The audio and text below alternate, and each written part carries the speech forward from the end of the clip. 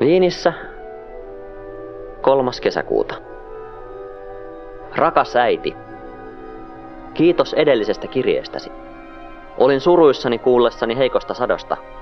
Miten isä on asiaan suhtautunut? Opintoni Viinissä loppuvat kuukauden päästä, jolloin pääsen auttamaan tilan kanssa. Vastauksena tiedusteluusi en ole edelleenkään naimisissa, kihloissa tai tavannut edes ketään ihan kivaa. Olen kuitenkin toiveikas, että kohtaan vielä sydämeni valitun ennemmin tai myöhemmin. Kiitos myös lähettämistäsi leivoksista.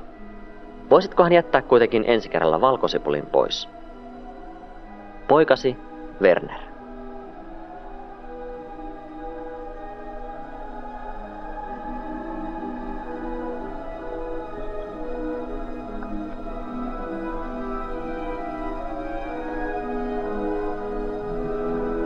Ha ha ha